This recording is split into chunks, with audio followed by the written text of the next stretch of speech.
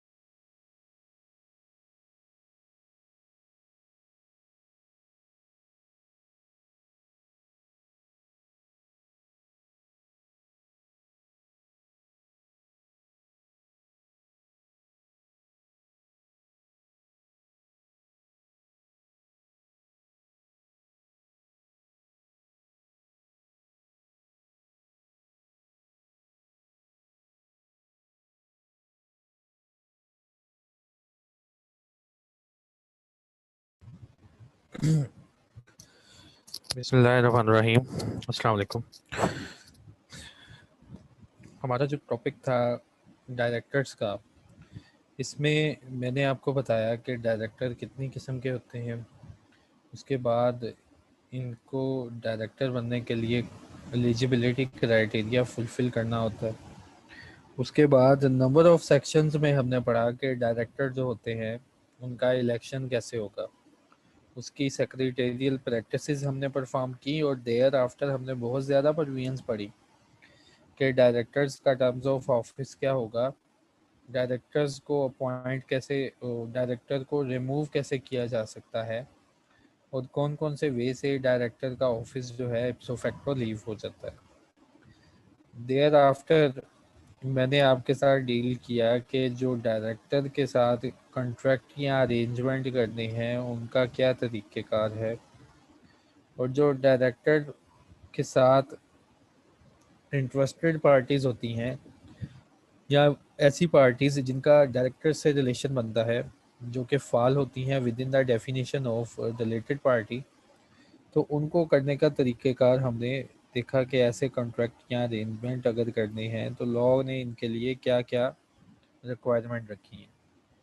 और डिटेल से मैंने आपको पढ़ाया कि रिलेटेड पार्टी ट्रांजैक्शंस कौन सी होती हैं, रिलेटेड पार्टी का मतलब क्या है, और इन ट्रांजैक्शंस को करने के लिए लॉ ने कौन सी गाइडलाइन प्रोवाइड की गई।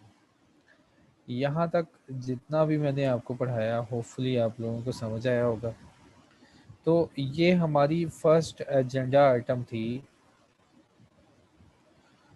एजेंडा आइटम की बात करें तो हमारी जो सीरीज़ हमने स्टार्ट की थी मीटिंग्स एंड प्रोसीडिंग से। उसके बाद वन बाय वन मैं एजेंडा आइटम को डील कर रहा हूँ। तो होपफुली मैंने अच्छी तरह ये जो डायरेक्टर है इसका पोर्शन कंप्लीट कर दिया। इसमें एक चीज़ रह गई, इंडिपेंडेंट डायरेक्टर और उसकी सिलेक्शन और उसकी जो लीगल प्रोविजंस है उनका तरीक़ेकार। तो ये प्रोविजंस जो है मैं इंशाल्लाह आपको कोड के साथ पढ़ाऊँगा कि इंडिपेंडेंट डायरेक्टर को हमने कहाँ से सिलेक्ट करना है और ये क्या इसकी क्वालिफ़िकेशन क्राइटेरिया होता है। तो हमारा नेक्स्ट टॉपिक है सीईओ।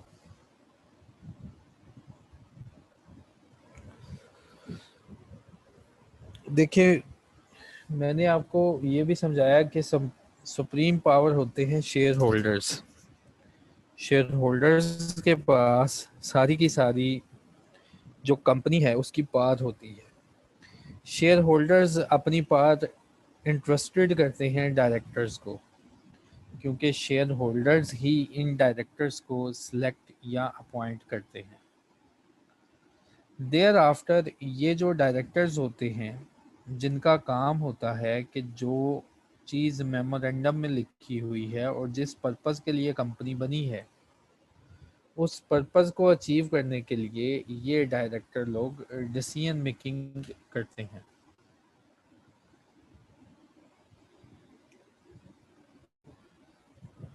ये डिसीजन मेकिंग जब डायरेक्टर करते हैं तो ये अपने साथ साथ कुछ ऐसे लोग अपॉइंट कर लेते हैं जो कि इनकी डिसीजन मेकिंग में हेल्प करते हैं।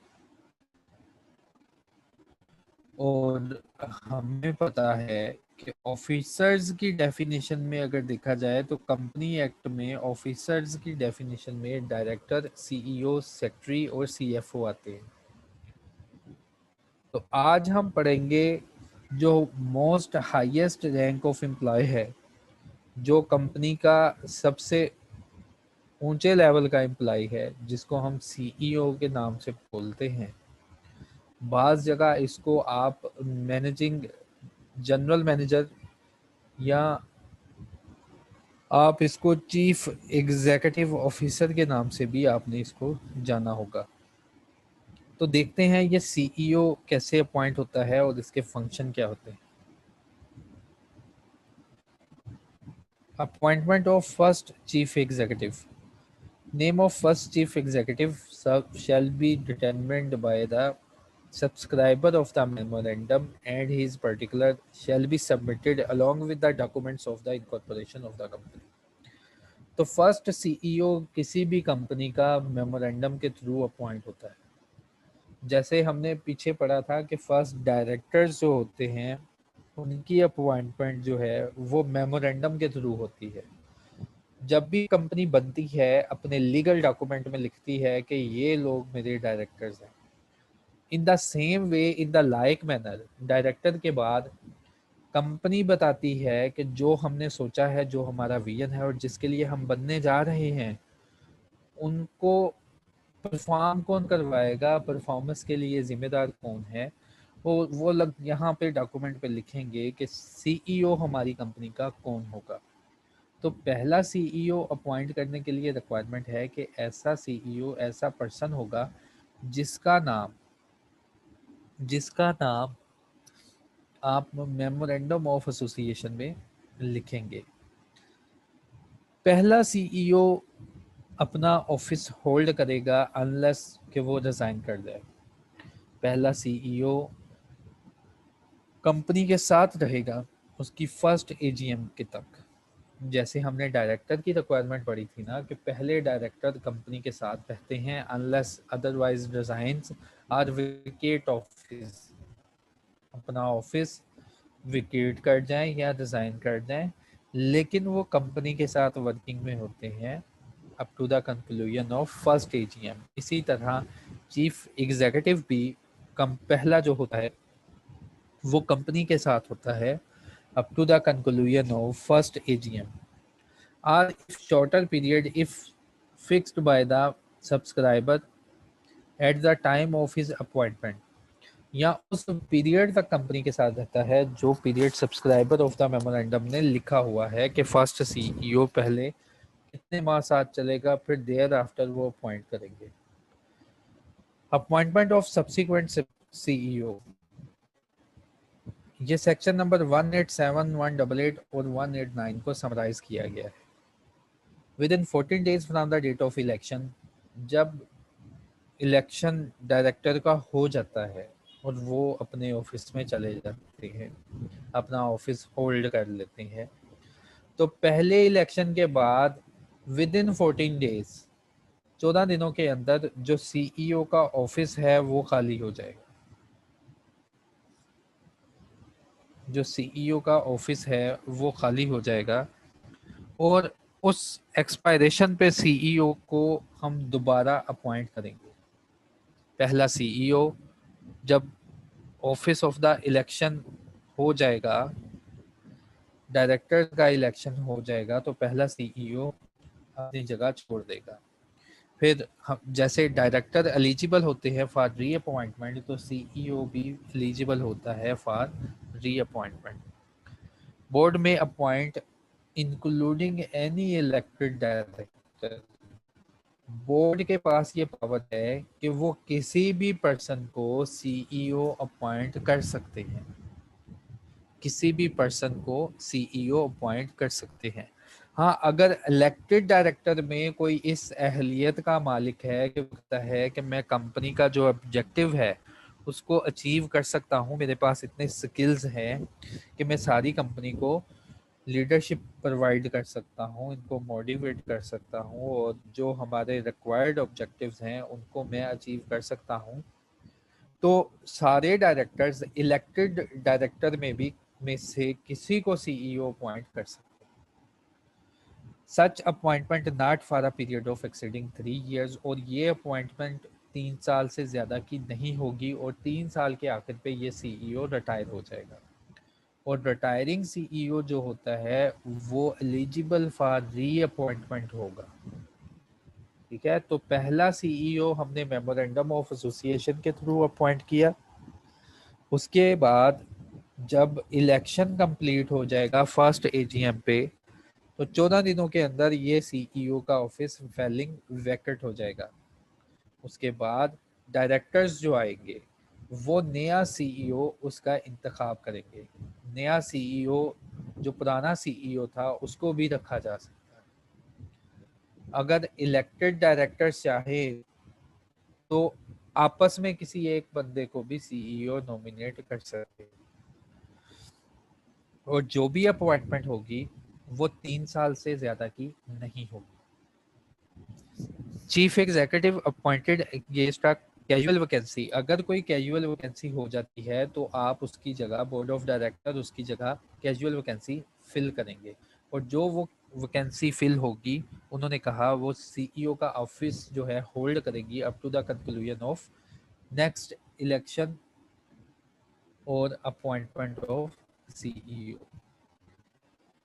द चीफ एग्जीक्यूटिव रिटायरिंग, जो रिटायरिंग चीफ एग्जीक्यूटिव होता है shall continue to perform his function until successor is appointed. Retiring जो सीईओ होता है वो तब तक अपने फंक्शन परफॉर्म करता है जब तक नया सीईओ अपॉइंट नहीं हो जाता। Terms and condition of appointment of CEO chief executive shall be determined by the board.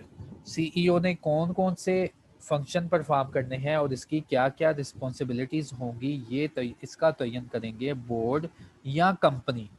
अगर बोर्ड इसके लिए टर्म्स एंड कंडीशन नहीं बनाता तो company in general meeting in the accordance with the provisions of the companies article, जो company के article में लिखा हुआ है उसको फॉलो करते हुए सीईओ ने क्या क्या परफॉर्मेंस देनी है उसके लिए टर्म्स एंड कंडीशन बनाते हैं। और ये कौन बनाएगा, बोर्ड ऑफ डायरेक्टर बनाएंगे या कंपनी इन जनरल मीटिंग बनाएंगे।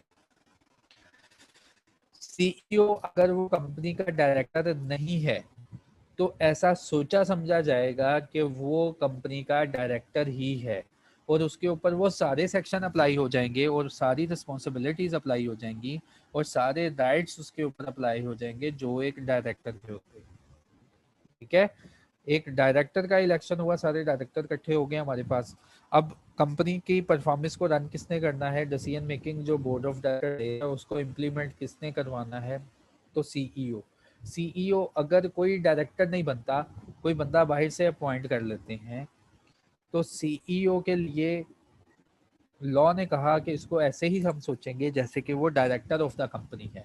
तो इसका मतलब जैसे ही सोचेंगे डायरेक्टर ऑफ द कंपनी है, तो लॉ में जहां जहां डायरेक्टर के ऊपर जो जो बात अप्लाई हो रही है वहां वहां सीईओ के राइट्स एंड लायबिलिटीज अराइज हो जाएंगे। A person who is ineligible to become director, और इसका मतलब ये भी होगा कि अगर डायरेक्टर के बराबर इसको सोच लिया जाएगा तो जो पर्सन भी डायरेक्टर बनने के काबिल ना हुआ अंडर सेक्शन 153, 1571, 171, 172, तो वो पर्सन सीईओ अपॉइंट नहीं हो सकता। Removal of chief executive, chief executive को दो लोग रिमूव कर सकते हैं, या तो बोर्ड ऑफ डायरेक्टर्स इसको रिमूव कर सकते हैं। बोर्ड ऑफ डायरेक्टर्स के पास पावर्स होती है कि जो एक्टिंग सीईओ है उसको by the way of resolution remove कर दें, और ये टोटली बोर्ड का डिसीजन होता है, बोर्ड की रेजोल्यूशन होती है। या कंपनी जनरल मीटिंग, कंपनी जो है जनरल मीटिंग में एक जनरल मीटिंग बुला के सीईओ के खिलाफ रेजोल्यूशन, अगर स्पेशल रेजोल्यूशन पास कर ले तो सीईओ रिमूव हो जाता है। The board by resolution passed by not less than 3/4 of the total number of directors for the time being. जितने भी डायरेक्टर्स हैं बोर्ड के, वो 3/4 की मेजोरिटी से सीईओ को रिमूव कर सकते हैं। इसी तरह कंपनी जो है by the way of special resolution, share holders जो हैं अगर उनको लगे कि हमें सीईओ को रिमूव करना है तो वो by the way of special resolution CEO को उसकी बिफोर ऑफिस टर्म से पहले रिमूव कर सकते हैं। और जहां पे पब्लिक सेक्टर कंपनी का सवाल है तो गवर्नमेंट या कोई ऐसी अथॉरिटी जिसने सीईओ को अपॉइंट किया था उसके पास पावर है कि सीईओ को रिमूव कर सकती है। CEO not to engage in business competing with the company's business, इस प्रोविजन में बताया गया है कि जो पब्लिक कंपनी के सीईओ होते हैं वो वैसा बिजनेस कभी भी रन नहीं करेंगे जिस बिजनेस के वो सीईओ अपॉइंट हुए। देखिए, सीईओ मोस्ट रैंक्ड एम्प्लॉई है कंपनी का। बोर्ड ऑफ डायरेक्टर्स के बाद जितनी भी पावर्स होती हैं इम्प्लीमेंटेशन की वो सीईओ के पास होती हैं, और इसने पूरी रिस्पॉन्सिबिलिटी ली होती है कि इसने जो ऑब्जेक्टिव लिखा हुआ है मेमोरेंडम का कि किस पर्पस के लिए हमने कंपनी बनाई है, उस पर्पस को अचीव करवाना होता है। और इसके नीचे सारे डिपार्टमेंट काम कर रहे होते हैं, सब लोग इसको रिस्पॉन्सिबल होते हैं। तो पब्लिक कंपनीज में लॉ ने मना कर दिया कि कोई भी सीईओ ऐसा ना हो जो कि अपनी कंपनी के ही बिजनेस के साथ compete कर रहा हो। यानी उसने अपनी अपनी कंपनी जिसका वो सीईओ है उसके साथ ही कोई कंपनी ऐसी बनाई जो कि उसी के बिजनेस को डायरेक्ट या इनडायरेक्ट compete कर रही है। डायरेक्ट कंपीटिंग का मतलब कि इसका किसी ऐसी कंपनी में भी कोई इंटरेस्ट या इन्फ्लुएंस है जो कि कंपनी के साथ कंपनी जैसा ही बिजनेस कर रही है मार्केट में। इनडायरेक्ट कंपटीशन से मतलब कि इसकी कोई वाइफ या चिल्ड्रन भी ऐसा बिजनेस कर रहा है जिस कंपनी का ये CEO chief executive not to engage business competing with the company's business. किसी ऐसे बिजनेस की कोई ओनरशिप नहीं लेगा जो कि इन कंपटीशन हो जिस कंपनी का ये सीईओ है। Chief executive of the public company shall not directly or indirectly engage in any business which is of the same nature as and directly compete with the business carried on by the company of which he is the chief executive or by a subsidiary of such company। तो law ने मना कर दिया कि CEO कभी भी किसी ऐसे बिजनेस में एंगेज नहीं होगा, किसी ऐसे बिजनेस में अपना हिस्सा नहीं डालेगा जिस पब्लिक कंपनी का सीईओ किसी भी ऐसे बिजनेस में हिस्सा नहीं डालेगा जो उसकी कंपनी बिजनेस परफॉर्म कर रही होगी। ना तो उस बिजनेस में एंगेज होगा जो कंपनी परफॉर्म कर रही होगी, ना तो उस बिजनेस में एंगेज होगा जो इसकी सब्सिडरी भी परफॉर्म कर रही होगी। लेट्स सपोज ये सीईओ है, ये MZ कंपनी पब्लिक कंपनी का सीईओ है। जो ये कंपनी काम कर रही है ना, ये कभी भी ऐसा बिजनेस नहीं करेगा जो कि इसके साथ compete करे, जो कि इस जैसा ही कोई बिजनेस compete करे। जैसे ये मैन्युफैक्चरिंग ऑफ बैग के लिए कंपनी बनी है, तो सीईओ कभी भी किसी ऐसे बिजनेस में एंगेज नहीं होना चाहिए, पब्लिक कंपनी का सीईओ जो कि बैग मैन्युफैक्चरिंग हो। ना तो इस वाली कंपनी की कोई कंपीटिंग बिजनेस शुरू करना है और ना इसकी सब्सिडरी कंपनी जो कर रही है काम, जो इसकी सब्सिडरी काम कर रही है उसके जैसा भी बिजनेस नहीं पाकिस्तान में आपने चलाना। ठीक है, तो सीईओ क्योंकि most ranked of the employ है और रिस्पॉन्सिबिलिटी होती है बिजनेस को रन करने के लिए, इसका इंटरेस्ट ना आ जाए, तो इसके इंटरेस्ट को ख़त्म करने के लिए लॉ ने रिक्वायरमेंट रखी कि कंफ्लिक्ट ऑफ इंटरेस्ट से बचने के लिए ऐसे सीईओ को ही आपने सेलेक्ट करना है जिसका कंपीटिंग बिजनेस ना हो आपके बिजनेस के साथ, जो कि आपके बिजनेस को compete ना कर सके, ना तो आपके बिजनेस को compete कर सके, ना आपके सब्सिडरी के बिजनेस को compete कर सके। और लॉ ने कहा हम सोचेंगे कि सीईओ इनडायरेक्टली compete कर रहा है अगर उसकी वाइफ या उसके माइनर चिल्ड्रन ये बिजनेस रन कर रहे हैं। तो हर पर्सन जो पब्लिक कंपनी का सीईओ अपॉइंट होगा उसके लिए लाजमी होता है कि वो डिस्क्लोज करे इन राइटिंग कि उसका बिजनेस या उसका इसके अलावा कहाँ कहाँ पे इंटरेस्ट है। Chairman in the listed company. देखिए बच्चों, ऑफिसर्स में मैंने आपको क्लियर किया कि डायरेक्टर्स, पूरी डायरेक्टर की लाइन आपको पढ़ा दी। डायरेक्टर के बाद सीईओ मैंने आपको पढ़ा दिया। अब मैं आपको पढ़ाने जा रहा हूँ चेयरमैन। चेयरमैन कौन होता है? जब भी बोर्ड ऑफ डायरेक्टर्स या जनरल मीटिंग एक मीटिंग करने लगती है तो कोई एक पर्सन सारी मीटिंग को रेगुलेट कर रहा होता है कि क्या मीटिंग वैसे ही कंडक्ट हो रही है जैसे लॉ ने बताया है या इनफॉर्मल वे से ये मीटिंग कंडक्ट कर रहे हैं। तो जो चेयरमैन होता है वो ऐसा पर्सन होता है जो कि मीटिंग को सुपरवाइज करता है। तो board of a listed company shall within 14 days from the date of election of directors, और ये लिस्टेड कंपनी के लिए लाजिम है। लिस्टेड कंपनी के लिए लाजिम है कि board of directors of the company board of listed company shall within 14 days from the date of election of director, 14 दिनों के अंदर जो इलेक्शन होता है, अपॉइंट अ चेयरमैन, और वो चेयरमैन कौन होगा, from among the non executive directors who shall hold the office for a period of 3 years unless वो रिजाइन हो जाए, इन एलिजिबल हो जाए, डिसक्वालीफाइड हो जाए या रिमूव्ड बाय द डायरेक्टर्स हो जाए। ठीक है, तो लॉ ने हमें बताया कि बोर्ड ऑफ डायरेक्टर्स का जब भी इलेक्शन होगा, बोर्ड ऑफ डायरेक्टर्स का जब भी इलेक्शन होगा, जब ये बोर्ड ऑफ डायरेक्टर्स आके बैठेंगे, विद इन 14 डेज का टाइम है, एक पर्सन इन्होंने रख लेना है सीईओ, और एक पर्सन इनके लिए लाजमी है, लिस्टेड कंपनी के लिए लाजमी है कि नॉन एग्जीक्यूटिव डायरेक्टर में से, इनकी जो डायरेक्टर की स्लॉट है ना, जिसमें executive director, non executive director, independent director होते हैं, उनमें से नॉन एग्जीक्यूटिव डायरेक्टर जो बैठे हुए हैं ना, उनमें से एक पर्सन को इलेक्ट कर दें as chairman of the meeting. ठीक है, दूसरा पर्सन अपॉइंट इन्होंने कर लिया चेयरमैन। बोर्ड क्या करेगा, बोर्ड क्लियरली डिफाइन करेगा कि चेयरमैन की क्या रिस्पॉन्सिबिलिटीज है, क्या रोल्स हैं चेयरमैन के और चीफ एग्जीक्यूटिव के। लॉ ने कहा बोर्ड जो है ना लिस्टेड कंपनी का, यही डिफाइन करेगा कि चेयरमैन के रूल्स एंड रिस्पॉन्सिबिलिटीज क्या है और चीफ एग्जीक्यूटिव के रूल्स एंड रिस्पॉन्सिबिलिटीज क्या है। The chairman shall be responsible for the leadership of the board and ensure that the board plays an effective role in fulfillment its responsibilities.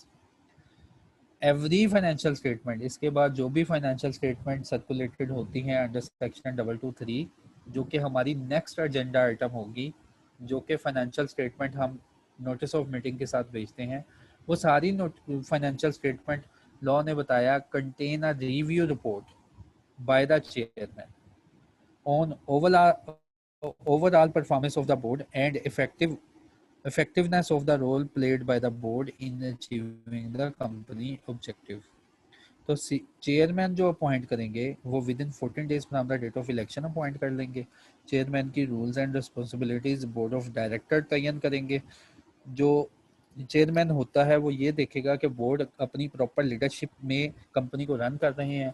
फिर उसके बाद जब भी एक फाइनेंशियल स्टेटमेंट आप सर्कुलेट करेंगे नोटिस के साथ, तो उस फाइनेंशियल स्टेटमेंट में चेयरमैन का रिव्यू होगा कि कंपनी ओवरऑल बोर्ड की परफॉर्मेंस क्या है और कंपनी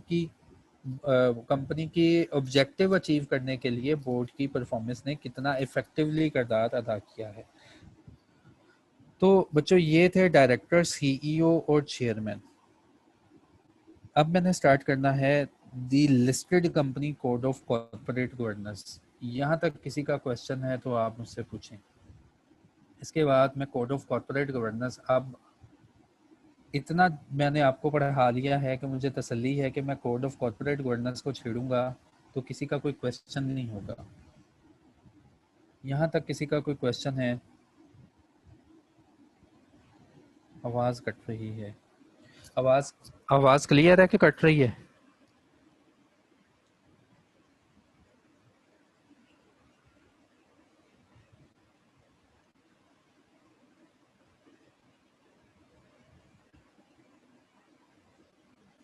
आवाज़ का फीडबैक दे दें, आवाज़ ठीक है या कट रही है?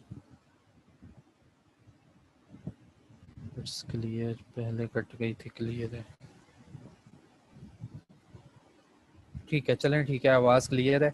अच्छा बच्चों, मैंने आपको डायरेक्टर का पोर्शन कि कंपनी में डायरेक्टर को कैसे अपॉइंट किया जाता है और जो भी रेगुलेशन है, पूरी एक लंबी सीरीज थी वो पढ़ाई। उसके बाद सीईओ को कौन अपॉइंट करता है, उसको कौन रेगुलेट करता है, उसके बाद चेयरमैन कौन होता है, ठीक है, ये मैंने आपको पढ़ाया। और चेयरमैन को कौन सिलेक्ट करता है वो मैंने आपको बता दिया कि बोर्ड ऑफ डायरेक्टर जब इनका इलेक्शन होगा 14 दिन के अंदर सीईओ को अपॉइंट करेंगे, फिर 14 दिन के अंदर, उन्हीं 14 दिन के अंदर वो चेयरमैन को अपॉइंट करेंगे। और लिस्टेड कंपनी में याद रख लो बात, लिस्टेड कंपनी में जो सीईओ होगा वो चेयरमैन नहीं बन सकता। ठीक है, हायरार्की याद रखनी है आपने। कोड ऑफ कॉर्पोरेट गवर्नेंस पढ़ने से पहले ना आपने हायरार्की याद रखनी है। ये बोर्ड ऑफ डायरेक्टर्स हैं, ये बोर्ड ऑफ डायरेक्टर्स हैं जो कि रिप्रेजेंट कर रहे हैं सारे के सारे शेयर होल्डर्स को। ठीक है, ये बोर्ड ऑफ डायरेक्टर्स हैं। डन। ये सारे के सारे शेयर होल्डर्स को रिप्रेजेंट कर रहे हैं क्योंकि इनको अपॉइंट या इलेक्ट करवाने में इन सारे के सारे शेयर होल्डर्स का किरदार है। और बार बार मैं आपको पिक्चर के थ्रू समझा चुका हूँ बच्चों। ये बहुत ही इम्पोर्टेंट और प्रैक्टिकल आपका सब्जेक्ट है।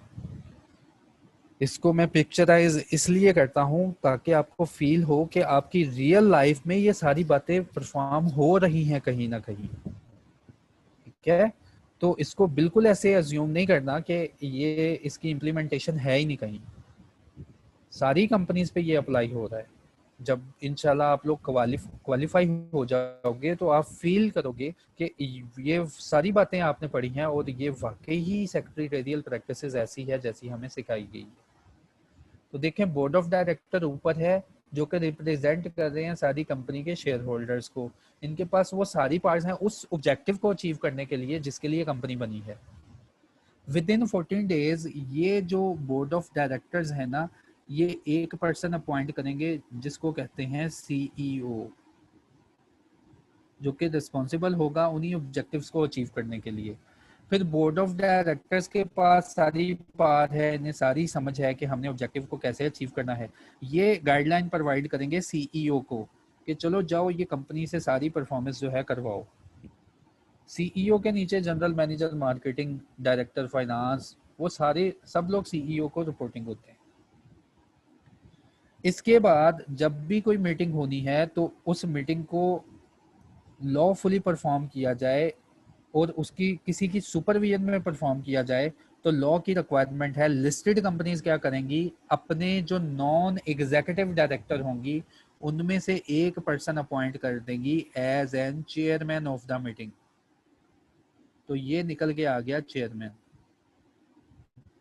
तो चेयरमैन सुपरवाइज करेगा जब भी डायरेक्टर्स जो है वो मीटिंग करेंगे और डिसीजन मेकिंग लेंगे।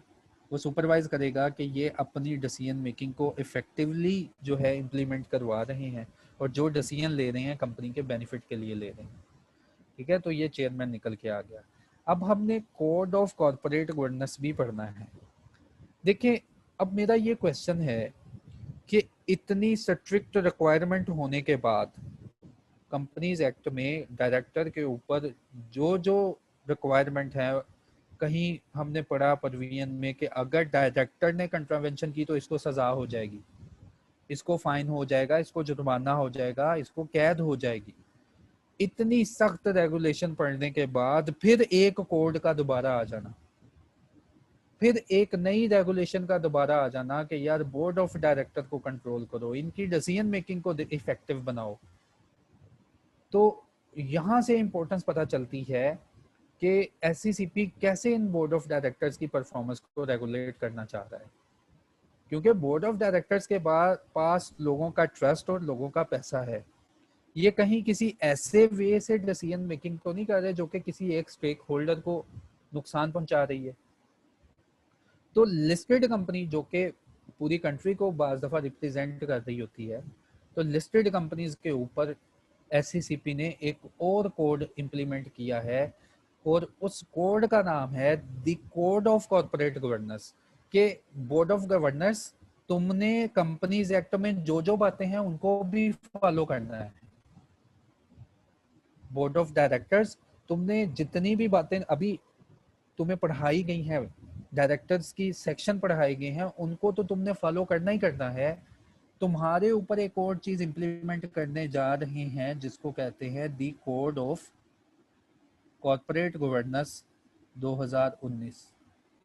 ये तुम्हारे ऊपर इंप्लीमेंट करने जा रहे हैं, तुमने इसको भी फॉलो करना है। याद रखें, the code of corporate governance सिर्फ और सिर्फ है द लिस्टेड कंपनीज के लिए। इससे पहले जो कोड की सीरीज स्टार्ट हुई थी 2002 से ये कहानी शुरू हुई है। 2002 से ऑनवर्ड सबसे पहला कोड पाकिस्तान में आया था, the code of corporate governance 2002 का। ये सारी कंपनी के बोर्ड ऑफ गवर्नेंस के ऊपर इम्प्लीमेंट था और ये बड़ा ही रिजिड और स्ट्रिक्ट कोड था। इसके बाद इसमें अमेंडमेंट हुई, 2007 में कोड आया, फिर देयर आफ्टर 2017 में कोड आया। ये जितने भी पुराने कोड थे इनमें और 2019 के कोड में फर्क है। ये पहले वाले जो कोड थे, कोड या रेगुलेशन इनको बोल दें, जो पहली वाली रेगुलेशन आई थी ये सारी की सारी जो थी बहुत सख्त रेगुलेशन थी और सारी की सारी अप्लाई होती थी बोर्ड के ऊपर, पब्लिक कंपनी के ऊपर और लिस्टेड कंपनी के ऊपर।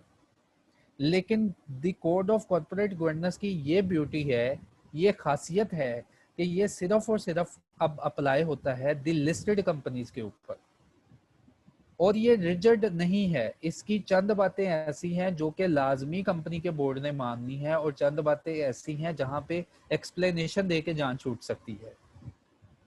तो कोड ऑफ कॉर्पोरेट गवर्नेंस की अहमियत मैंने आपको समझा दी कि क्यों हमने इतनी सारी रेगुलेशन पढ़ने के बाद क्या जरूरत थी कि दोबारा से डिटेल में जो है रेगुलेशन अप्लाई करें। तो भाई मसला ये है कि जो बोर्ड ऑफ कॉर्पोरेट गवर्नेंस है, जो गवर्नेंस है उनके साथ कुछ ना कुछ स्टेक होल्डर लगे होते हैं। तो स्टेक होल्डर में कंपनी के suppliers, even employees, manager, share holders, government, society और कस्टमर। क्या कोई ऐसी डिसीजन मेकिंग तो नहीं हो रही जो कि इन किसी एक स्टेक होल्डर का फायदा हो रहा हो और वो सोसाइटी को नुकसान पहुंचा रहे हो, या लिस्टेड कंपनी वाले कोई ऐसा काम कर रहे हो जो कि गवर्नमेंट को इफेक्ट कर रहा हो, बाकी सारे स्टेक होल्डर खुश है। तो ऐसे सारे काम रोकने के लिए जो SECP है, कंपनीज एक्ट ने उसको पार दी हुई है। कंपनी एक्ट के सेक्शन नंबर सबसे पहले वो मैं सेक्शन सामने लेके आऊंगा। कंपनी एक्ट के जी सेक्शन नंबर 156 और 512 ने ना SECP को पावर दी है एक, कि हम तुम्हें पावर दे रहे हैं कि तुम गुड प्रैक्टिसेस को इम्प्लीमेंट करने के लिए कभी भी रेगुलेशन बना सकते हो। और ये रेगुलेशंस जितनी भी आती हैं SECP by the way of SRO implement कर देता है। ठीक है, तो कोड ऑफ कॉर्पोरेट गवर्नेंस को अगर मैं डिफाइन करूं ना, तो कोड ऑफ कॉर्पोरेट गवर्नेंस को इजी लैंग्वेज में डिफाइन किया जा सकता है। कोड ऑफ कॉर्पोरेट गवर्नेंस एक ऐसा प्रोसीजर है जिसके जरिए जो स्टैट्यूटरी बॉडी है SECP वो रेगुलेट करती है। किसको रेगुलेट करती है? बोर्ड ऑफ डायरेक्टर्स को, उनकी रोल्स को, उनकी लीडरशिप को, उनकी क्वालिटी को। ठीक है, तो the code of corporate governance क्या है? एक ऐसा मैकेनिज्म है, एक ऐसे असूल हैं जिसके जरिए जो बोर्ड होता है, कंपनी के जो डायरेक्टर्स होते हैं, उनको रेगुलेट किया जाता है। तो the code of corporate governance, इसकी डेफिनेशन क्या होगी?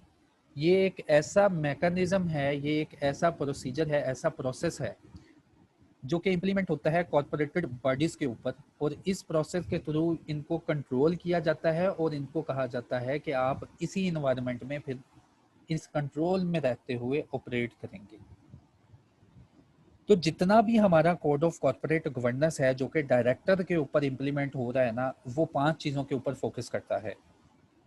वो कहता है बोर्ड की कंपोजिशन और इसकी डेवलपमेंट मेरे मुताबिक होनी चाहिए, कि बोर्ड में सिर्फ वो लोग और वैसे लोग हों जो कि कोड इंफॉर्मेशन फराहम करता है।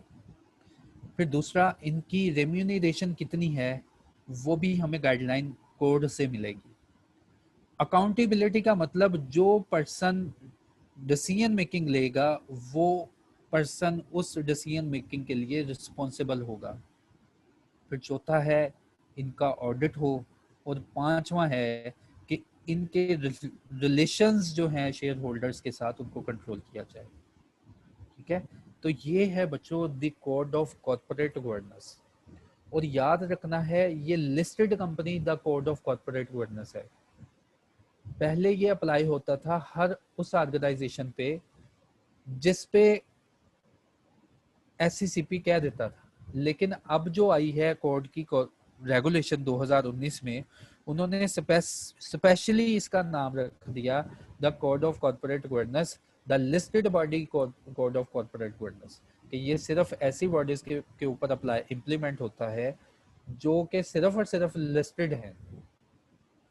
अब मैंने जो आपको डिस्कशन समझाई है, अगर यहाँ तक किसी का कोई क्वेश्चन है तो पूछें, वो राइट करें कि सर ये कोड ऑफ कॉर्पोरेट गवर्नेंस है क्या, इतनी सारी रेगुलेशन कंपनी एक्ट में पढ़ने के बाद इनका क्या चक्कर है, क्यों ये बार बार हमें दोबारा फिर डायरेक्टर्स की तरफ दोबारा कोड पढ़ने पड़ेंगे।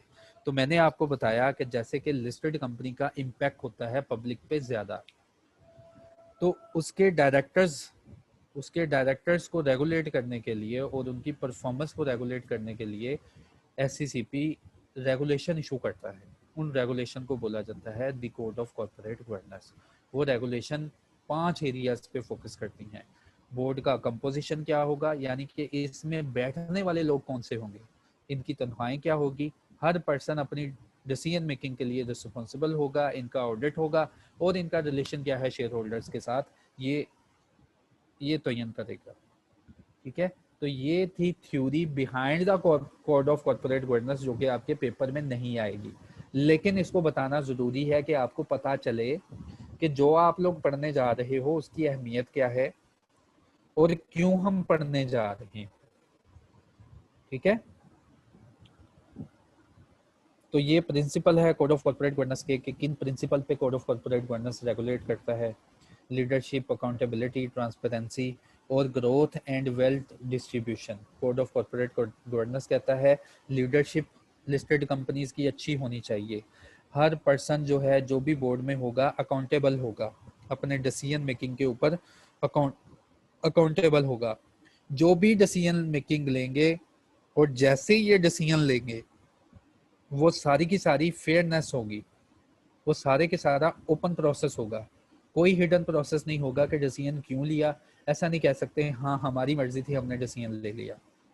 फैक्ट्स एंड फिगर्स के ऊपर सारा ये डिसीजन लेंगे, और जब ये सारे काम हो जाएंगे तो कोड ऑफ कॉर्पोरेट गवर्नेंस कहता है कंपनी की ग्रोथ भी होनी चाहिए और वेल्थ की डिस्ट्रीब्यूशन भी होनी चाहिए। ठीक है, तो ये कोड ऑफ कॉर्पोरेट गवर्नेंस 2019 का 2019 का कोड ऑफ कॉर्पोरेट गवर्नेंस सितंबर में आया था, सितंबर 2019 को आया था। SCCP ने चुप करके एक ऐसा इशू कर दिया था, उसमें उसने बताया था कि 2017 की रेगुलेशन सारी खत्म हो गई, क्योंकि मेरे पास पावर मौजूद है। कंपनीज एक्ट के 2 सेक्शन ने मुझे पावर किया है। SCCP ने बताया था कि कंपनी एक्ट के 2 सेक्शन है, एक सेक्शन नंबर 156 और एक सेक्शन नंबर है 152। इन्होंने मुझे पावर दी थी, तो इसलिए 25 सितंबर 2019 को मैं सारी की सारी regulation security exchange commission of Pakistan SCCP को इशू करने लगा हूं कि जितनी भी तुम्हारे पास लिस्टेड कंपनी है वो सारी की सारी कंपनीज इस कोड को जल्दी से जल्दी इंप्लीमेंट कर लें। ठीक है, तो ये सारे का सारा जो कोड है ये कोड ऑफ कॉर्पोरेट गवर्नेंस है। ये तो हो गई इसकी बैकग्राउंड। एप्लीकेबिलिटी में मैंने आपको समझा दिया कि 2017 का कोड का नाम था the listed company code of corporate governance and other entities, लेकिन जो 2019 का कोड है ये स्पेसिफिकली सिर्फ और सिर्फ अब रह गया है लिस्टेड कंपनीज के ऊपर, कि वही इस कोड को कंपनीज एक्ट को फॉलो करने के बाद ना इस कोड को इम्प्लीमेंट करेंगे। तो ऑन माय पर्सनल एनालिसिस, मेरे पर्सनल एनालिसिस के ऊपर अगर मैं कोड को पढूं तो मैं कोड में रेगुलेशन जो हैं, बच्चों जो कोड है ना इसमें SCCP ने रेगुलेशन इशू की हुई है, रेगुलेशन 1, रेगुलेशन 2, रेगुलेशन 3, रूल्स बताए हुए हैं, तरीकेकार कुछ ना कुछ बताया हुआ है। अगर मैं सारी रेगुलेशन को पढूं ना 2019 के कोड को, तो मैं अपनी पर्सनल ओपिनियन पे उन रेगुलेशन को 3 हिस्सों में तकसीम कर सकता हूं। किसी भी कंपनी के ऊपर जो लिस्टेड कंपनी है उसके ऊपर ये 3 तरह की रेगुलेशन इंप्लीमेंट हो रही होती हैं। सबसे पहले मैंडेटरी रेगुलेशन, ऐसी रेगुलेशन जिसको लिस्टेड कंपनी ने फॉलो करना ही करना और इसके अलावा उसके पास कोई हल ही नहीं है। ऐसी रेगुलेशन कोड में इसको मैं कहता हूं मैंडेटरी रेगुलेशन। जो रेगुलेशन मैंडेटरी है पूरे कोड में, उसके साथ एससीसीपी ने मैंडेटरी मैंडेटरी मैंडेटरी लिख दिया है। ठीक है, तो इसलिए मैंने कहा कि कुछ रेगुलेशन ऐसी हैं जो कि मैंडेटरी हैं, जो कि हर लिस्टेड कंपनी मानेगी, इसके मानने के अलावा कोई चारा नहीं है। अगर वो इसको ना मानेंगे मैंडेटरी रेगुलेशन को, तो सिर्फ उन पे जुर्माना इंप्लीमेंट किया जाएगा। उसके बाद नॉन मैंडेटरी रेगुलेशन, कुछ रेगुलेशन ऐसी हैं जिनका आप अल्टरनेटिव प्रपोज कर सकते हो। हम आगे जाके कोड की रिक्वायरमेंट पढ़ेंगे, कुछ रिक्वायरमेंट ऐसी होंगी, एससीसीपी आपको कोड में कह रहा होगा कि लिस्टेड कंपनी तुम ये काम कर लो, और ये तुम्हारे ऊपर मैंडेटरी नहीं, अगर तुम्हारे पास इससे अच्छा कोई बेटर वे है उसको यूज कर लो, मुझे बता दो। लेकिन तो ऐसी रिक्वायरमेंट को मैं कहता हूं नॉन मैंडेटरी रिक्वायरमेंट। पूरे कोड को पढ़ने के बाद, मैंडेटरी और नॉन मैंडेटरी को कवर करने के बाद, कुछ प्रोविजन ऐसी होती हैं जो कि रेकमेंडेशन होती है एससीसीपी लिस्टेड कंपनी को ना उन रेगुलेशन में गाइड कर रहा होता है, रेकमेंड कर रहा होता है कि अच्छा यार, अगर ये वाला प्रोसेस तुम ऐसे करोगे ना तो मेरी नज़र में बेटर है, लेकिन तुम्हारे ऊपर लाजिम नहीं है, इसको करो या ना करो ये मेरे तुम्हारे ऊपर लाजिम नहीं है, लेकिन मैं रिकमेंड कर रहा हूँ। ठीक है, रिकमेंडेशन जहां पे यूज हो जाएगी कोड में, तो वो सारी प्रोविजंस मैंने कैटेगराइज कर दी हैं रिकमेंडेटरी रेगुलेशन में। ठीक है, तो पूरा कोड मैंने जब एनालाइज किया, पढ़ा, तो मैंने उसमें 3 तरह की प्रोविजंस देखी और तीनों को मैंने अलग अलग कैटेगराइज कर दिया, mandatory regulation, non mandatory regulation और रिकमेंडेटरी प्रोविजंस। और जब मैं इनको एनालिसिस करूं तो देखें, मैंडेटरी रेगुलेशन जो कि लिस्टेड कंपनी को लाजमी फॉलो करनी है और इसके अलावा उसके पास कोई हल ही नहीं है, वो 21% की रेगुलेशंस हैं। 49% की जो है नॉन मैंडेटरी रेगुलेशन है। पूरे कोड में 49% की ऐसी रेगुलेशन है जिनको फॉलो करें तो वेल एंड गुड, नहीं तो इसका अल्टरनेटिव प्रपोज करें कि आप इसी ऑब्जेक्टिव को कैसे अचीव कर सकेंगे। और 29% ऐसी रेगुलेशन है जिनको ना भी माना जाए तो खैर है। ठीक है, तो ये ब्यूटी है 2019 के कोड की। इससे पहले बच्चों जो जितने भी कोड थे ना वो बहुत ही सख्त कोड थे, वो जैसे ही आए और सारे के सारे इम्प्लीमेंट करने पड़ते थे, उनकी जितनी रेगुलेशन थी सबको मानना पड़ता था। लेकिन इसकी ब्यूटी ये है कि 2019 का कोड बहुत फ्लेक्सिबल है, ये सारे का सारा एरिया फ्लेक्सिबल है, सिर्फ रिजिडिटी जो है वो 21% की है जिसको आपने फॉलो करना है।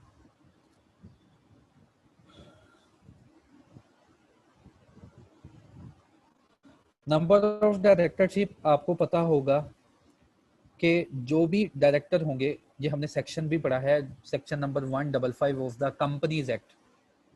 तो कोड ने उस बात को यहाँ पे एक्सप्लेन किया था। अगर हम कंपनीज एक्ट में सेक्शन नंबर 155 पढ़े ना, तो वहां पे उसने बताया था कि कोई भी पर्सन उतनी कंपनी की डायरेक्टरशिप नहीं रख सकता जो हम डिफाइन करेंगे। उसके बाद वो सेक्शन चुप हो जाता है। वहां मैंने आपको 7 नंबर जो थे डायरेक्टर के पढ़ाए थे, वो यहाँ से पढ़ के पढ़ाए थे मैंने आपको। फिर ये 7 का नंबर जो है ना, ये कोड ऑफ कॉर्पोरेट गवर्नेंस ने इम्प्लीमेंट किया है कि मोर देन 7 कंपनीज आप जो है ना तो डायरेक्टर बन सकते हैं ना अल्टरनेटिव डायरेक्टर बन सकते हैं। ठीक है, तो सेक्शन नंबर 155 पढ़ लेना, उसमें मैंने ये कंप्लीट एक्सप्लेन किया है कि कितनी कंपनी के आप मिनिमम डायरेक्टर बन सकते हैं। अब मैं शुरू करने जा रहा हूँ कोड ऑफ कॉर्पोरेट गवर्नेंस का, the composition of board. Code of corporate governance में अभी तक मैंने आपको पढ़ाया कि कोड ऑफ कॉर्पोरेट गवर्नेंस है क्या, क्यों लाजिम है लिस्टेड कंपनी के ऊपर एससीसीपी का कंट्रोल। फिर उसके बाद मैंने आपको पढ़ाया कि पहले वाले कोड जो थे, जितने भी रेगुलेशन थी, उनका क्या किरदार था। और अब मैं आपको पढ़ाने जा रहा हूँ कोड के बेसिक ऑब्जेक्टिव्स, और इन बेसिक ऑब्जेक्टिव्स के साथ साथ इनकी रेगुलेशंस जो हैं वो भी मैं आपको साथ साथ कवर करवाऊंगा। फिर मैंने आपको बताया कि कोड ऑफ कॉर्पोरेट गवर्नेंस को जब मैंने पढ़ा तो मैंने 3 किस्म की रेगुलेशंस को फाइंड आउट किया। ऐसी रेगुलेशंस जिनको मानना ही मानना है, इसके अलावा कोई हल ही नहीं। ऐसी रेगुलेशन जिनको मानना है लेकिन अपने वे से भी मान सकते हैं, और ऐसी रेगुलेशंस जो कि रिकमेंड कर रही हैं हम माने या ना माने उनका कोई असर नहीं होगा। तो कोड ऑफ कॉर्पोरेट गवर्नेंस का पहला ऑब्जेक्टिव बच्चों, the composition of board. Code of corporate governance कहता है कि बोर्ड की लीडरशिप जो है ना ये इफेक्टिव होनी चाहिए। लिस्टेड कंपनी में उसी क्वालिटी के लोग होने चाहिए और इतनी अहलियत के लोग होने चाहिए जो कि कंपनी के अफेयर्स को मैनेज कर सकें। तो कंपोजिशन ऑफ बोर्ड में हमें बताएगा कि बोर्ड जो होता है, बोर्ड ऑफ डायरेक्टर की जो तुम्हारे उस्ताद ने तुम्हें टाइप्स पढ़ा दी है ना, जो बोर्ड ऑफ डायरेक्टर का पहला लेक्चर हुआ था उसमें टाइप ऑफ डायरेक्टर पढ़ाया था तुम्हें कि एग्जीक्यूटिव डायरेक्टर होता है, फिर मैंने तुम्हें बताया था नॉन एग्जीक्यूटिव डायरेक्टर होता है, फिर मैंने तुम्हें समझाया इंडिपेंडेंट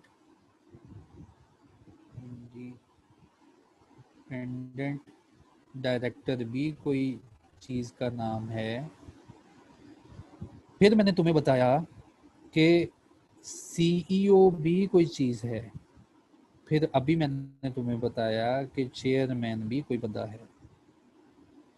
तो पहला इम्पैक्ट जो कोड का है बोर्ड की सुपरविजन के ऊपर है कि कंपनीज को जो लोग सुपरवाइज कर रहे हैं ना, सबसे पहले तो इनको पॉइंट आउट करो कि ये कितने लोग हैं।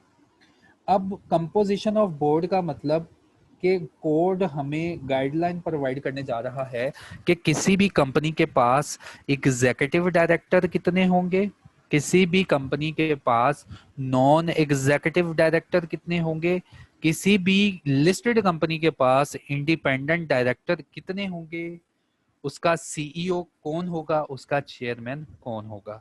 तो ये सारी गाइडलाइन हमें प्रोवाइड करने जा रहा है the code of corporate governance, the listed company code of corporate governance 2019। अब मैं अगेन बार बार ये लंबा नाम रिपीट नहीं करूंगा क्योंकि the code of corporate governance, the listed company code of corporate governance 2019 में भी उन्होंने ये बात बता दी कि हम सिर्फ इसको छोटे नाम से पुकारा करेंगे द कोड 2019। ठीक है, तो कहते हैं जहां कहीं भी लिखा होगा ना कोड 19 तो इसका मतलब यही होगा the listed company code of corporate governance 2019 का। ठीक है, तो पहली प्रोविजंस हम पढ़ने जा रहे हैं composition of board. Regulation number 4, तमाम लिस्टेड कंपनीज के लिए लाजमी है कि उनके पास जो बोर्ड ऑफ, जो उनकी कंपोजिशन है बोर्ड की, वो इस तरह की हो कि उसके पास डाइवर्सिटी हो, रिक्विजिट स्किल्स हो, नॉलेज हो, एक्सपीरियंस हो, और वो सारा क्राइटेरिया फिल कर सके जो कि कंपनी के ऑपरेशंस को चलाने के लिए मदद दे। ये रेगुलेशन नंबर 4 ने बताया। पहली रेगुलेशन मैंने आपको कोड की समझा दी। ये कोड की जो रेगुलेशन नंबर 4 है वो बताती है कि कंपनी के जो लिस्टेड कंपनी के जो बोर्ड ऑफ डायरेक्टर्स हैं वो सारे के सारे इस काबिल के हों कि वो डाइवर्स हों, सबके पास तरह तरह का इल्म हो, उनके पास इतना स्किल और नॉलेज और एक्सपीरियंस हो कि वो इस पोजीशन को अच्छी तरह अप्लाई कर सके। Thereafter composition of board, देखें लिस्टेड कंपनी के पास मिनिमम रिक्वायरमेंट है कि 7 डायरेक्टर होने चाहिए। ठीक है, किसी भी लिस्टेड कंपनी के पास ना 7 डायरेक्टर होने चाहिए। तो वो 7 डायरेक्टर का नंबर आपने कैसे पूरा करना है? तो 7 डायरेक्टर अगर है ना किसी लिस्टेड कंपनी के पास, तो एससीसीपी से फ्रीक्वेंटली आस्क क्वेश्चन में पूछा गया कि आप हमें बताएं, आपके तो कोड आगे हैं कि आपने इंडिपेंडेंट डायरेक्टर रखना है, एग्जीक्यूटिव डायरेक्टर रखना है, नॉन एग्जीक्यूटिव डायरेक्टर रखना है, तो ये नंबर आप बताएं कैसे पूरे करेंगे। तो एससीसीपी ने इसका जवाब दिया कि अगर आपके पास 7 डायरेक्टर है ना, क्योंकि लिस्टेड कंपनी बनती 7 डायरेक्टर से है, इसका काम 7 मिनिमम 7 डायरेक्टर तो लाजमी होंगे, तो एससीसीपी ने इसका जवाब दिया, अगर आप लोगों की ऐसी लिस्टेड कंपनी है जिसके 7 डायरेक्टर हैं तो आपके ऊपर लाजमी है कि आप अपने बोर्ड में 2 इंडिपेंडेंट डायरेक्टर बिठाएंगे, 2 एग्जीक्यूटिव डायरेक्टर बिठाएंगे, और एग्जीक्यूटिव डायरेक्टर में शामिल होगा सीईओ। ठीक है, सीईओ को भी वो कंसिडर करेंगे कि वो आपका डायरेक्टर है और उसको एग्जीक्यूटिव डायरेक्टर की जगह कंसिडर करेंगे। तो 2 एग्जीक्यूटिव डायरेक्टर होने चाहिए और 3 नॉन एग्जीक्यूटिव डायरेक्टर होने चाहिए। तो एससीसीपी ने बताया तुम्हारा 7 का नंबर कंप्लीट हो जाएगा। ठीक है, अगर किसी भी लिस्टेड कंपनी के पास 7 डायरेक्टर हैं तो उसके ऊपर लाजमी है, ये शॉर्ट क्वेश्चन एमसीक्यू बना लो, कि उसके 2 एग्जीक्यूटिव और 2 इंडिपेंडेंट और 3 नॉन एग्जीक्यूटिव। इसके बाद अदर कंपनीज का क्या होगा? जो लिस्टेड कंपनीज जिनके बहुत ज़्यादा डायरेक्टर हैं उनके लिए क्या रिक्वायरमेंट है? तो याद रखें, अदर कंपनीज के लिए जिनके 7 डायरेक्टर नहीं, ऐसी लिस्टेड कंपनी जिनके 7 डायरेक्टर नहीं है, वहाँ पे लॉ की क्या रिक्वायरमेंट है? लेट्स सपोज 99 डायरेक्टर्स हैं एक लिस्टेड कंपनी के, तो कोड ऑफ कॉर्पोरेट गवर्नेंस कहता है कि बोर्ड ऑफ डायरेक्टर्स में कौन से डायरेक्टर बिठाने हैं आप? First one, independent director. That case आपके पास बोर्ड ऑफ डायरेक्टर्स ज़्यादा हैं, 7 का नंबर नहीं है, तो फर्स्ट वन इंडिपेंडेंट डायरेक्टर। तो इंडिपेंडेंट डायरेक्टर जो होंगे वो टोटल डायरेक्टर का 1/3 होंगे। ठीक है, तो इसका 1/3 लिया जाए तो इन दैट केस इसका 1/3 लिया जाए तो 33 जो डायरेक्टर्स जो होंगे ना वो इंडिपेंडेंट अपॉइंट करने पड़ेंगे। ठीक है, बोर्ड में फर्स्ट वन इंडिपेंडेंट डायरेक्टर्स, और वही इंडिपेंडेंट डायरेक्टर जो कि कंपनीज एक्ट में डिफाइन किए गए हैं कि इंडिपेंडेंट डायरेक्टर ऐसा डायरेक्टर जिसका लिस्टेड कंपनी से ना तो कोई रिलेशन बनता है और ना कोई फाइनेंशियल रिलेशन बनता है। ये बिल्कुल एक आज़ादाना ख्याल वाला इंडिपेंडेंट डायरेक्टर है कि जिसका ताल्लुक ही नहीं कंपनी से, लेकिन ये डिसीजन मेकिंग में अपना हिस्सा अदा करेगा। उसके बाद non executive director, non executive director, non executive director भी लॉ की प्रोविजन है, आपने 1/3 ही अपॉइंट करना है। तो नॉन एग्जीक्यूटिव डायरेक्टर 1/3 जो हैं, लेट्स सपोज, चलो नॉन एग्जीक्यूटिव, पहले इंडिपेंडेंट का पढ़ा दूँ फिर, एक मिनट ज़रा, वो नॉन एग्जीक्यूटिव है यहाँ, एग्जीक्यूटिव है, सॉरी। अच्छा, पहले बच्चों मैंने आपको बताया कि एग्जीक्यूटिव डायरेक्टर कितने अपॉइंट करने हैं, फिर उसके सॉरी इंडिपेंडेंट डायरेक्टर कितने अपॉइंट करने हैं। अगर एक ऐसी लिस्टेड कंपनी जिसके पास 7 डायरेक्टर नहीं 7 से ज़्यादा का नंबर है, तो फर्स्ट वन वो इंडिपेंडेंट डायरेक्टर कितने रखेगी? 1/3। उसके बाद बारी आएगी एग्जीक्यूटिव डायरेक्टर की। एग्जीक्यूटिव डायरेक्टर भी कितने रखने हैं? 1/3 ऑफ द टोटल नंबर। तो एग्जीक्यूटिव डायरेक्टर हैं वो 33 के ही अपॉइंट करने हैं। ठीक है, 33 के अपॉइंट करने, इससे ज्यादा के अपॉइंट नहीं कर सकते। उसके बाद जो बाकी बचा नंबर है वो कौन लोग होंगे? Non executive directors. जो बाकी के डायरेक्टर्स बचेंगे ना वो किस में चले जाएंगे? नॉन एग्जीक्यूटिव डायरेक्टर्स में। तो 1/3 डायरेक्टर की गाइडलाइन प्रोवाइड कर दी, आपने इंडिपेंडेंट डायरेक्टर रखने हैं। 1/3 की रिक्वायरमेंट रख दी कि आपने एग्जीक्यूटिव डायरेक्टर रखने हैं, और बाकी का जो भी पोर्शन होगा, जो भी डायरेक्टर्स बचेंगे वो नॉन एग्जीक्यूटिव डायरेक्टर ही रखने हैं। ठीक है, ये पहली बात समझ जाएं कि 99 डायरेक्टर्स हैं तो राउंडिंग नहीं आई हमारे पास। ठीक है, एग्जैक्ट फिगर आई, 1/3 को डिवाइड किया तो एग्जैक्ट आया जवाब।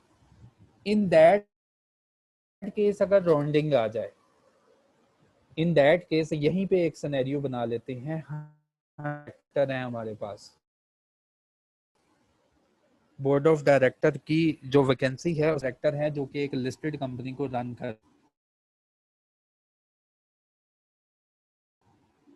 इसके साथ ही 100 डायरेक्टर का 1/3 लेंगे ना, अगर आप 100 डायरेक्टर का 1/3 लेंगे तो वो जवाब आएगा, इसका जवाब यहीं पे आएगा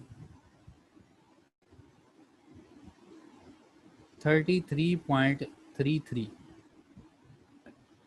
ठीक है, तो लॉ आपको यहाँ पे पूछता है, जो code of corporate governance regulation है ना, वो आपको कहती है अगर इंडिपेंडेंट डायरेक्टर का जवाब राउंडिंग में आया है ना, तो आप क्या करें, उनका मशवरा है, अगर ये राउंडिंग है तो राउंडिंग को कंप्लीट कर लें, 34 डायरेक्टर जो है ना वो अपॉइंट कर लें। बात समझ में आई है आपके, कि 100 डायरेक्टर हमने अपॉइंट करने थे, और लॉ ने हमें बताया है इन डायरेक्टर में 1/3 जो भी होगा इंडिपेंडेंट होगा, तो 100 का जब 1/3 लिया ना तो राउंडिंग आ गई। तो लॉ ने कहा कि अगर तुम राउंडिंग को यूज करके एक डायरेक्टर अपॉइंट कर लोगे ना, 33.33 है, तुम 34 इंडिपेंडेंट डायरेक्टर अपॉइंट कर लोगे ना, तो लॉ कहता है मैं खुश हूँ। ठीक है, लॉ कहता है मैं खुश हूँ, कोई मसला नहीं, अपॉइंट कर लो। हाँ, अगर बच्चों यहाँ जवाब है 33.33 और आपने इंडिपेंडेंट डायरेक्टर अपॉइंट किए 33, तो यहाँ पे कोड ऑफ कॉर्पोरेट गवर्नेंस कहता है एससीसीपी को आपने एक्सप्लेनेशन जमा करवानी है, क्यों आपने राउंडिंग को 1 कंसीडर क्यों नहीं किया। ठीक है, राउंडिंग आई थी, आपने राउंडिंग को क्यों 1 कंसीडर नहीं किया in case of independent director. ये बात यहीं पे याद रखें, क्योंकि ये बात उल्ट हो जाएगी एग्जीक्यूटिव डायरेक्टर पे जाके। पहला सीन मैंने पढ़ाया कि 99 डायरेक्टर हैं, उनका 1/3 लें तो 33 आता है, तो वेल एंड गुड, आप 33 इंडिपेंडेंट डायरेक्टर अपॉइंट करेंगे।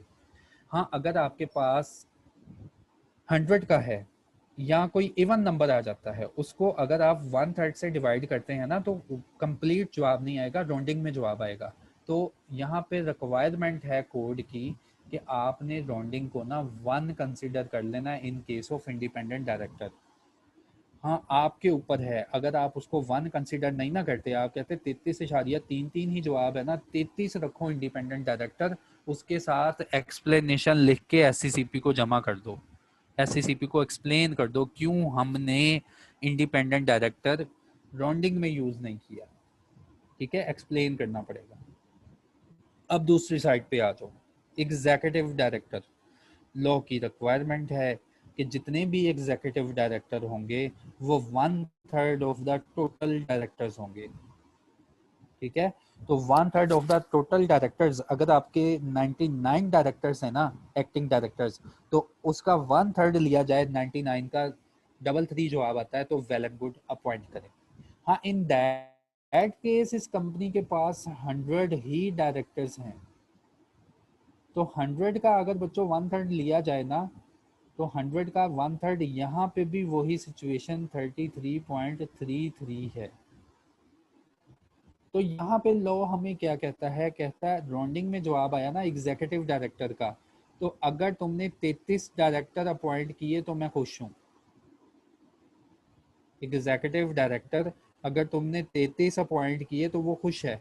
हाँ, अगर तुमने इस राउंडिंग को एज अ 1 कंसिडर किया, 33.33 का जवाब आया था एग्जीक्यूटिव डायरेक्टर में, अगर तुमने इस राउंडिंग को 1 कंसिडर किया ना, इसको 34 कर लिया, तो लॉ कहता है मुझे एक्सप्लेन करो क्यों तुमने ऐसा काम किया, क्यों तुमने राउंडिंग को एज अ 1 कंसिडर किया। ठीक है, तो इसकी राउंडिंग को अगर एज अ 1 करेंगे तो एक्सप्लेन करेंगे, और इंडिपेंडेंट डायरेक्टर में अगर राउंडिंग को एज अ 1 नहीं सोचा तो एक्सप्लेन करेंगे। ठीक है, अगर ये कहानी समझ नहीं आई तो काइंडली मुझे मैसेज करो, क्योंकि ये कंपोजिशन ऑफ बोर्ड है, इसको यहाँ पे मैंने क्लियर करना है। कंपोजिशन ऑफ बोर्ड के ऊपर किसी का क्वेश्चन है कि मुझे नंबर जो है वो फिक्स करने नहीं आ रहे, तो हम कोई और एग्जांपल लेते हैं और उससे नंबर फिक्स करते हैं। 1/3 जो है ये मैक्सिमम लिमिट है कि यहाँ तक, इससे आगे नहीं। अगर मिनिमम लिमिट हो ना तो इसका मतलब होता है कि 1/3 जो है ना ये कम से कम है, और बाद में इसके बाद भी और भी डायरेक्टर रख सकते हैं। एक और एग्जांपल ले लेते हैं, लेट्स सपोज, चलो ये सब काम छोड़ दो, एक और एग्जांपल, नंबर ऑफ डायरेक्टर्स आप मुझे रिकमेंड कर दें। जैसे नंबर ऑफ डायरेक्टर्स का नंबर मैंने सोच लिया, लेट्स सपोज 57।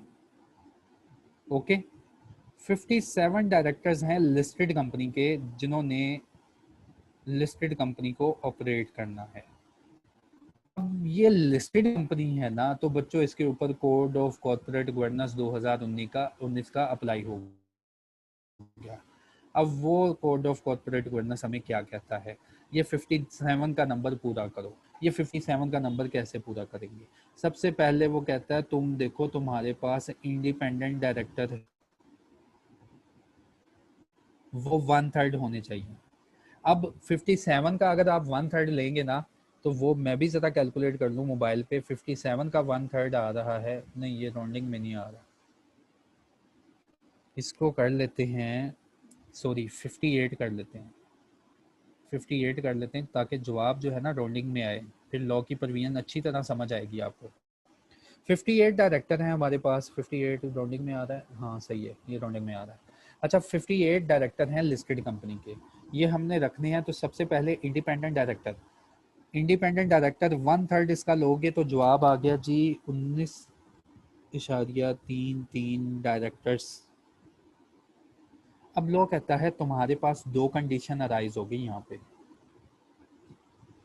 या तो 19 डायरेक्टर रखो और यहाँ 20 डायरेक्टर रखो। अगर तुमने 20 डायरेक्टर रखे ना in case of independent director, अगर तुमने 20 डायरेक्टर रखे तो कोड कहता है मैं खुश हूं, आपने ठीक काम किया, आपके बोर्ड में इंडिपेंडेंट डायरेक्टर की रिक्वायरमेंट कंप्लीट हो गई। ओके, अगर राउंडिंग को एज अ 1 कंसिडर कर लिया ना तुमने in case of independent director, तो तुम्हें किसी को एक्सप्लेन नहीं करना पड़ेगा। हाँ, अगर राउंडिंग आ रही है ना इंडिपेंडेंट डायरेक्टर के साथ, जैसे 19.33 आ रहा है, तो तुमने इस राउंडिंग को 1 नहीं बनाया, तुमने 19 का नंबर सेलेक्ट किया मिनिमम, तो यहाँ पे लॉ कहता है मुझे एक्सप्लेन करो तुमने ये काम क्यों किया। ठीक है, एक्सप्लेन करना है कि आपने राउंडिंग को एज अ 1 कंसिडर क्यों नहीं किया in case of independent director. ये कहानी समझ आ गई? इसी तरह बच्चों, जैसे ये इंडिपेंडेंट डायरेक्टर सेलेक्ट करना है ना, इसी तरह हमने टोटल नंबर का 1/3 लेना है और वो रखने हैं एग्जीक्यूटिव डायरेक्टर। टोटल का 1/3 लिया गया तो जवाब आ गया 19.33। अब लॉ कहता है यहाँ भी तुम्हारे पास दो चॉइसेस हैं, तुम या तो 19 का नंबर सेलेक्ट करो या 20 का नंबर सेलेक्ट करो। यहाँ पे लॉ कहता है मैं खुश हूँ अगर तुम मिनिमम नंबर 19 के साथ जाओगे। अगर तुमने एग्जीक्यूटिव डायरेक्टर 19 रखे तो तुम्हें कोई किसी किस्म की एक्सप्लेनेशन नहीं देनी पड़ेगी।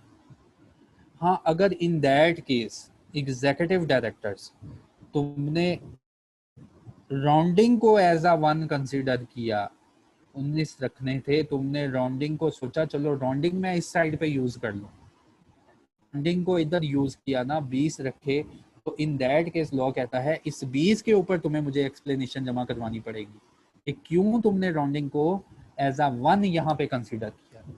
ठीक है बच्चों, समझ जाएं इस बात को कि इंडिपेंडेंट डायरेक्टर में अगर आपने राउंडिंग नहीं यूज की तो एक्सप्लेन करना पड़ेगा, एग्जीक्यूटिव डायरेक्टर में अगर आपने राउंडिंग को एज अ 1 यूज कर लिया तो एक्सप्लेन करना पड़ेगा।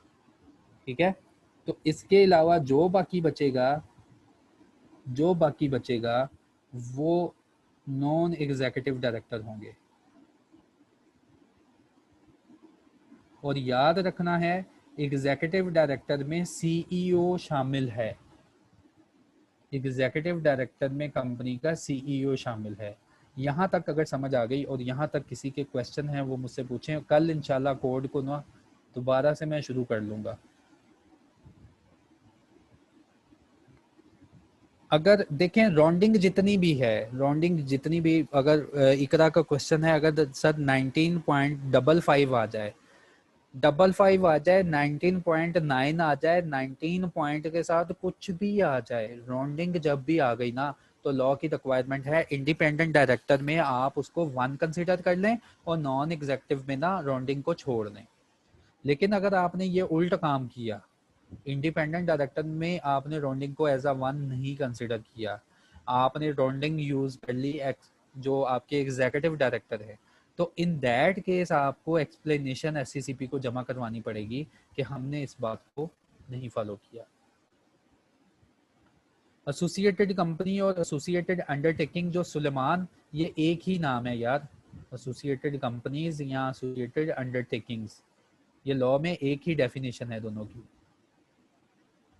अच्छा, ये राउंडिंग का जवाब हो गया इकरा का।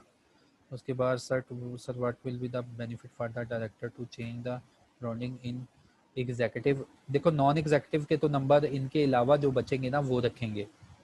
राउंडिंग यूज करने का ये फायदा होगा कि इलेक्शन के थ्रू किसी मेंबर को खुश करके आप बोर्ड में बिठा सकते हो, ठीक है, तो ये फायदा आप गेन कर सकते हो। तो उस फायदे को खत्म करने के लिए लॉ ने कहा जी इंडिपेंडेंट डायरेक्टर होने चाहिए।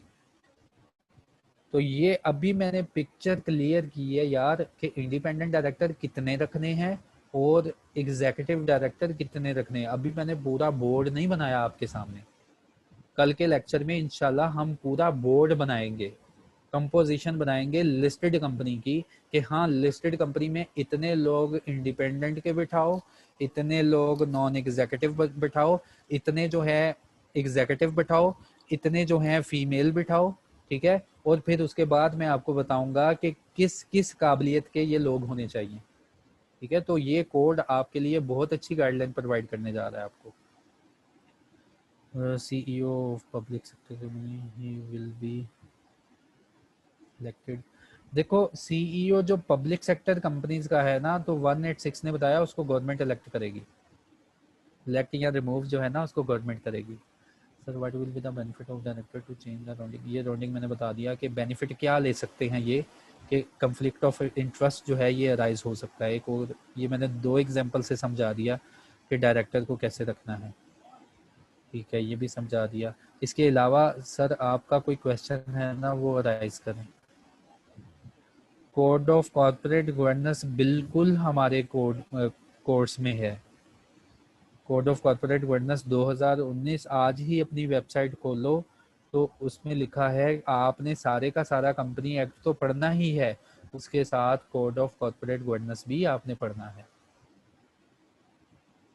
अभी तक तो समझ नहीं आ रही कि मज़ीद रेगुलेशन की क्या ज़रूरत है अभी डायरेक्टर्स पे। देखो नजम साहब, मैंने आपको क्लियर किया जो लिस्टेड कंपनी होती है ना, इसका इम्पैक्ट पब्लिक पे ज़्यादा होता है, इसके स्टेक होल्डर्स ज़्यादा होते हैं, तो फिर इनकी डिसीजन मेकिंग जो होती है ना, जहाँ से इनकी डिसीजन मेकिंग, जहाँ से ये रेगुलेट हो रही होती हैं, जो बोर्ड होते हैं, तो लॉ की रिक्वायरमेंट है कि क्योंकि ये इनका इम्पैक्ट पब्लिक पे ज़्यादा है, इनका इम्पैक्ट कंट्री पे ज़्यादा है, तो इनके बोर्ड को जो है ना रेगुलेट कर लिया जाए, इनके बोर्ड के ऊपर कोई ना कोई रेगुलेशन डाल दी जाए कि कोई ऐसे बंदे ना बैठ जाएं जो कि फ्रॉड कर जाएं, जो कि मिस यूज करें। और रियल एग्जांपल जो हमारे पास मौजूद है ना, इंशाल्लाह इस कोड ऑफ कॉर्पोरेट गवर्नेंस के एंड पे ना मैं रियल एग्जांपल जो कि दुनिया में हो चुका है कोड ना होने के बाद, ना होने से, कि डायरेक्टर्स ने कैसे मिस यूज की अपनी पावर्स, कैसे जो है दूसरे शेयर होल्डर्स को और लोगों को नुकसान पहुंचाया, इवन के कंपनीज एक्ट मौजूद थे। तो इस कोड का ये फायदा है कि इन्होंने उस डिसीजन मेकिंग पावर को ही जाके पकड़ लिया है कि इनकी क्वालिटी, इन डिसीजन मेकिंग की क्वालिटी बना दो तो फ्यूचर बन जाएगा, ग्रोथ हो जाएगी। CEO has same power, more power या चेयरमैन। देखो सीईओ के पास पावर है कंपनी को रन करने की, और चेयरमैन के पास जो पावर है वो है मीटिंग को रेगुलेट करने की। याद रखना है सीईओ और चेयरमैन की पावर्स और रिस्पॉन्सिबिलिटीज बनाते हैं बोर्ड ऑफ डायरेक्टर्स।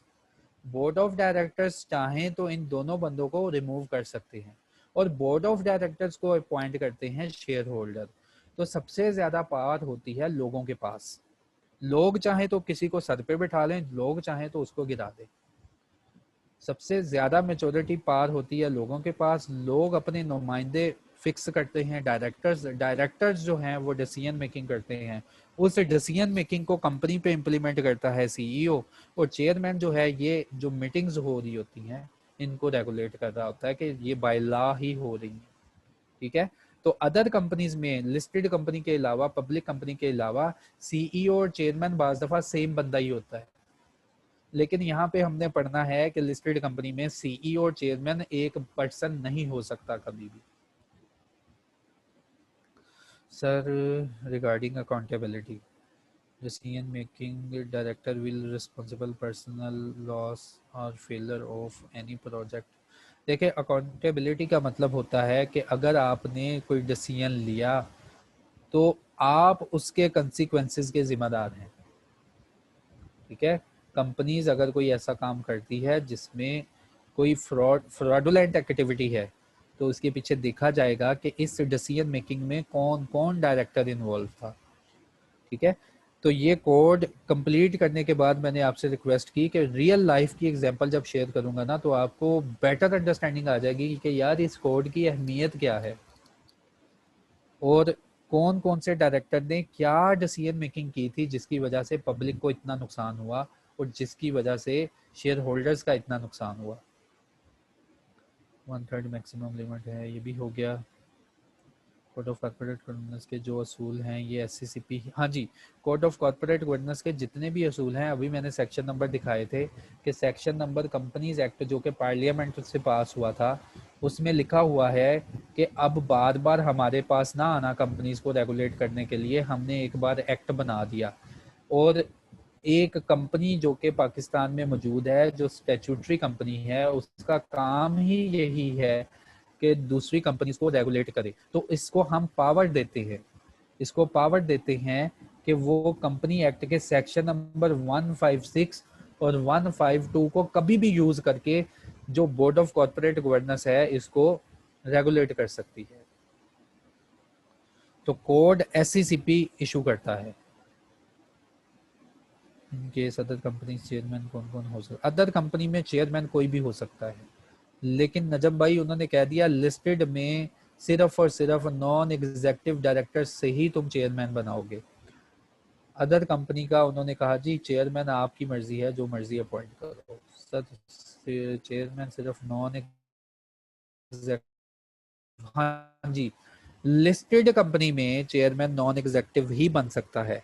अदर बाज कंपनीज में ये होता है कि सीईओ को ही वो चेयरमैन बना लेते हैं कि सीईओ तुम कंपनी को भी चला रहे हो, चलो चेयरमैन की जगह भी तुम बैठ जाओ, जो मीटिंग हम कर रहे हैं उसको देखो कि बाय लॉ हो रही है और डिसीजन मेकिंग इफेक्टिव हो रही है कि नहीं हो रही। सीईओ हैज मोर पावर, तो पावर के लिहाज से मैंने डिस्ट्रीब्यूशन बना दी कि सबसे ज़्यादा पार्ट शेयर होल्डर्स की, उसके बाद डायरेक्टर्स की।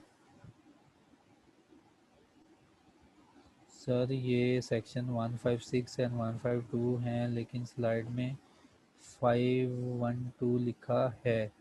चले मैं ये सेक्शन देख लूँगा यार कि ये कौन कौन से सेक्शन है। ठीक है, 156 और 152 को भी देख लो ये सेक्शन क्या है। ठीक है, इनको मैं देख लूँगा। सर लिस्टेड कंपनी में इंडिपेंडेंट डायरेक्टर की बहुत ज़रूरत है, इंडिपेंडेंट डायरेक्टर के बगैर तो लिस्टेड कंपनी चल ही नहीं सकती।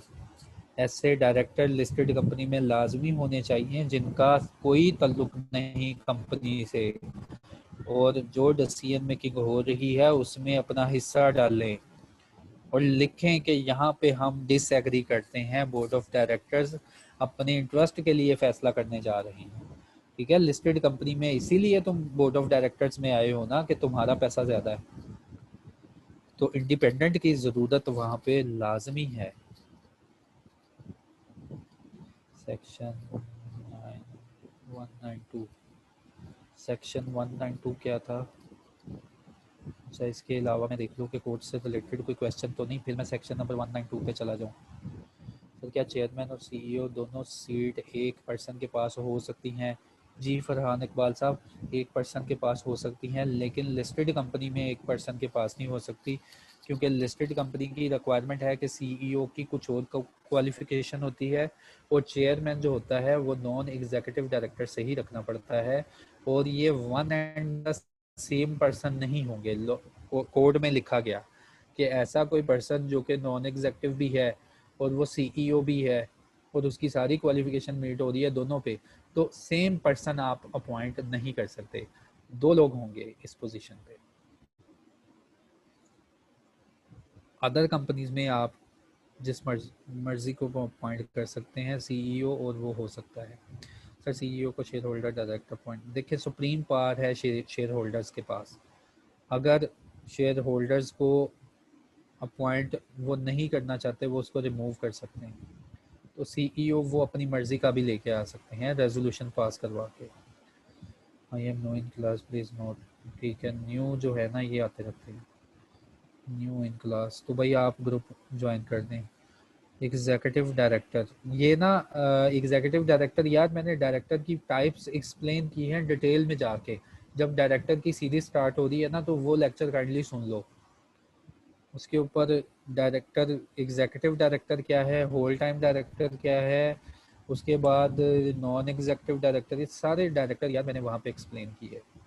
ठीक है, अब जो पॉइंट रह गया है वो है सेक्शन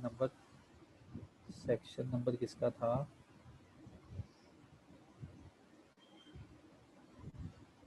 अच्छा एक ये क्वेश्चन मेरे सामने आया, सर क्या एक ही बंदा डायरेक्टर सीईओ चेयरमैन हो सकता है? देखें, एक डायरेक्टर सीईओ हो सकता है, ठीक है, लिस्टेड कंपनी में एक डायरेक्टर जो है वो सीईओ हो सकता है। एक डायरेक्टर आप जैसा पढ़ा लिखा, जिसका इतना एक्सपीरियंस है और जिसके पास इतना पैसा है कि पहले वो डायरेक्टर भी बन गया, फिर उसने अपने आप को प्रपोज भी किया कि मैं जी एशिया में क्वालिफाइड हूँ, मेरा 10 साल का एक्सपीरियंस है, मेरे मार्केट में इतना एक्सपोजर है, मैं कंपनी को रन भी कर सकता हूँ, वो सीईओ भी बन गया। हाँ, लेकिन चेयरमैन नहीं बन सकेगा। लिस्टेड कंपनी में सेम पर्सन सीईओ चेयरमैन नहीं हो सकता। ठीक है, अब सेक्शन रह गया मेरे पास 192 एक्सप्लेन करने वाला, और मैं सेक्शन नंबर 192 एक्सप्लेन कर देता हूँ। होपफुली आज का लेक्चर आपको समझ आया हो। अवैस आप ना मेरे नंबर पे व्हाट्सएप मैसेज करें, आपको दोनों ग्रुप के लिंक मैं भेज देता हूँ। जल्दी नंबर नोट कर लो, फिर मैं जो है ना यार, जो रह गया है ना इसका एक्सप्लेन कर दूँ 5 मिनट में। 6585 685। अवैस भाई ये ना नंबर है, इस पर आप मैसेज करें व्हाट्सएप पे, तो आपको ना हम ग्रुप जो है उसमें ज्वाइन कर लेंगे, स्लाइड भेज देंगे। अच्छा, सेक्शन नंबर 192 कौन सा था? हाँ जी ये था, board of listed company shall within 14 days from the date of election of director. जो लिस्टेड कंपनी के डायरेक्टर्स हैं ना, जब उनका इलेक्शन कंप्लीट हो जाएगा, वो 14 दिन के अंदर अंदर नॉन एग्जेक्टिव जो डायरेक्टर होते हैं ना, उनमें से नॉन एग्जेक्टिव डायरेक्टर उनमें से एक पर्सन को नॉमिनेट करेंगे as a chairman of the company.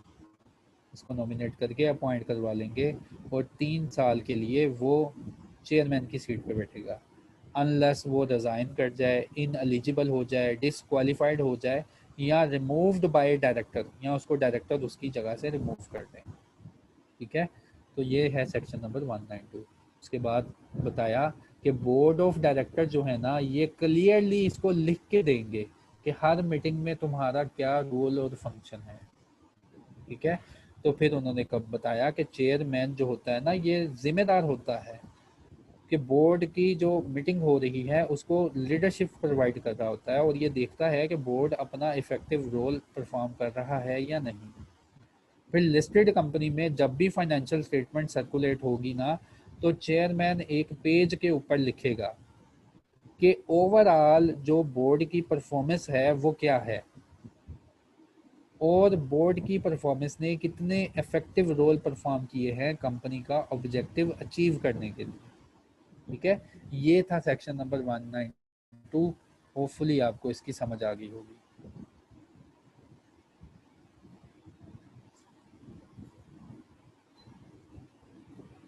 अच्छा, सीईओ की अपॉइंटमेंट में अगर कोई डायरेक्टर का इंटरेस्ट है ना, तो पिछला हमने डायरेक्टर में सेक्शन पढ़ा था कि डायरेक्टर अपना इंटरेस्ट जो है वो डिक्लेयर करे कि सीईओ, क्योंकि कंट्रैक्टर अरेंजमेंट कोई ऐसा कॉन्ट्रैक्टिंग या अरेंजमेंट होने जा रहा है जिसमें डायरेक्टर इंटरेस्टेड है। अगर डायरेक्टर का कोई इंटरेस्ट बन रहा है ना सीईओ के साथ, तो हमने डायरेक्टर में गुफरान ये रिक्वायरमेंट पड़ी है कि डायरेक्टर जो है ना उस मीटिंग के सामने अपना इंटरेस्ट पेश करे, और उसके ऊपर फिर वो सारे सेक्शन अप्लाई हो जाते हैं जो कि इंटरेस्टेड डायरेक्टर के ऊपर मैंने पढ़ाए। होपफुली आज का लेक्चर आपको समझ आया। इंशाल्लाह कल हम बहुत अच्छी तरह कोड को पढ़ेंगे और लिस्टेड कंपनी का जो बोर्ड ये बोर्ड है इसको कंप्लीट करेंगे। ओके, अल्लाह हाफिज़।